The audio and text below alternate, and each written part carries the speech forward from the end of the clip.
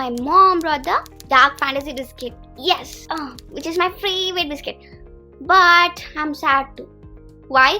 You know, my sister is there. She's a big devil. She eats everything. She won't share at all. But my mom wants to share this biscuit with her. So what she thought, okay fine, I'm gonna share the biscuits between you and your sister. Now, there are total of 8 pieces biscuits, okay? Now she need to share these biscuits between me and my sister. So let's see how can she do that. Fine, yeah. Where one method is a grouping.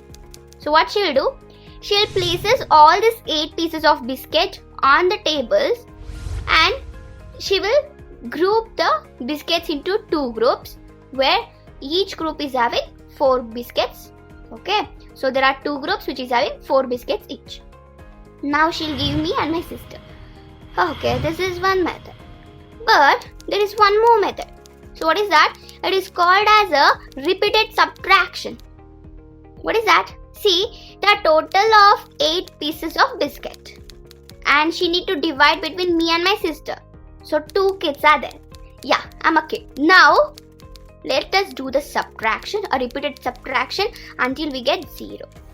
Like 8 minus 2, I'll get 6. 6 minus 2, I'll get 4. And 4 minus 2, I'll get 2. And 2 minus 2, I'll get 0. Since the subtraction is done 4 times, therefore I will get 4 biscuits and my sister will get 4 biscuits. And there is one more method actually. It is called direct division. So here 8 is a dividend and 2 is a divisor.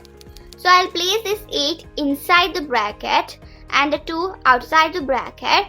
So let's see the table of 2 and let's find out the number which is nearer to the 8. So we all know 2 into 4 is 8. So what I'll write? I'll write the 4 in the quotient and 8 below the 8. So 8 minus 8 is 0. Now the quotient is 4. That's what we needed, right? Yes. So this is how we can do the division using these 3 methods. Actually, if you observe, this division is nothing but a reverse process of multiplication. For example, if I take 8 and 4, so 8 into 4 is 32, right?